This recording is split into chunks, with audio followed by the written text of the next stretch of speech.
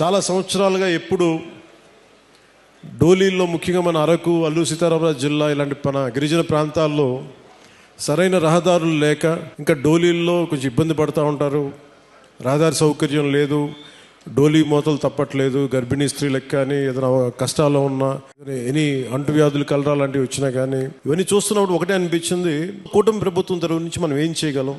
ముందుగా జీవన శైలి మెరుగుపరచాలి, రోడ్లు బాగుండాలి. దాంట్లో భాగంగానే ఈ రోజున కూటమి ప్రభుత్వానికి గత ప్రభుత్వానికి తేడా ఏంటంటే, వాళ్ళు దాదాపు 92 కోట్లు మాత్రమే ఖర్చు పెట్టారు 5 సంవత్సరాల కాలంలో. 1177 ఆవాసాలకు మటుకు ఇంకా రోడ్స్ కనెక్టివిటీ లేదు.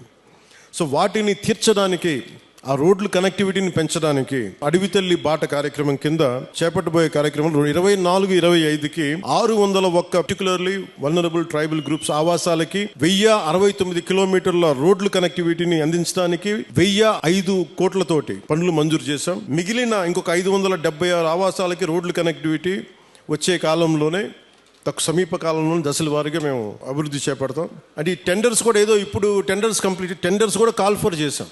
ఇంకో వారం రోజుల్లో పనులు ప్రారంభమవుతాయి.